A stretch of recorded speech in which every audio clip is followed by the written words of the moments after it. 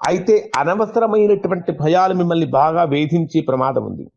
వాహనాలు నడిపేటప్పుడు వేగ నియంత్రణ అనేటటువంటిది తప్పనిసరిగా పాటించవలసినటువంటి అంశం.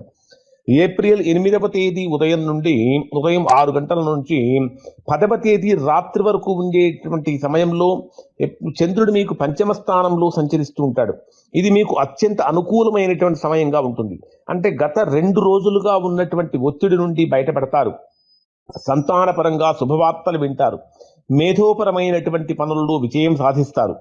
కళాకారులకు, క్రీడాకారులకు మంచి గుర్తింపు కూడా లభిస్తుంది.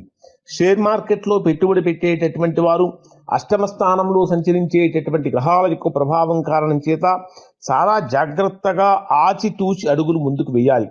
మీలోని సృజనాత్మకత బయటకు వస్తుంది. దైవ దర్శనాలు చేసుకుంటారు.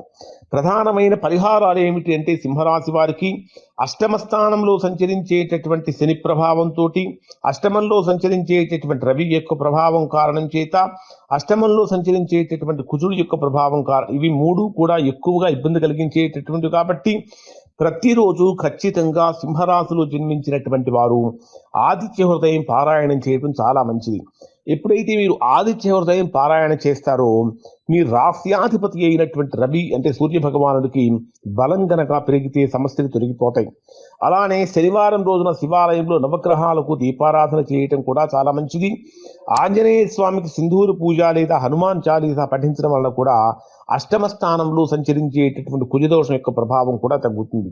ఇంకా 3వ పరిహారం ఏమిటంటే పేదవాళ్లకు ఎరుపు రంగు వస్త్రాలను లేదా కందిపప్పును దానం చేయటం వలన చాలా గొప్ప గొప్ప ఫలితాలు కూడా పొందేటటువంటి అవకాశం ఇక్కడ సింహరాశి వారికి కలుగుతుంది. ప్రధానంగా తీసుకుంటే గోచార రీత్యా ఇప్పుడు మనం చెప్పినటువంటి ఫలితాలు దాదాపుగా 90% మందికి 90% ఫలితాలు వర్తిస్తాయి.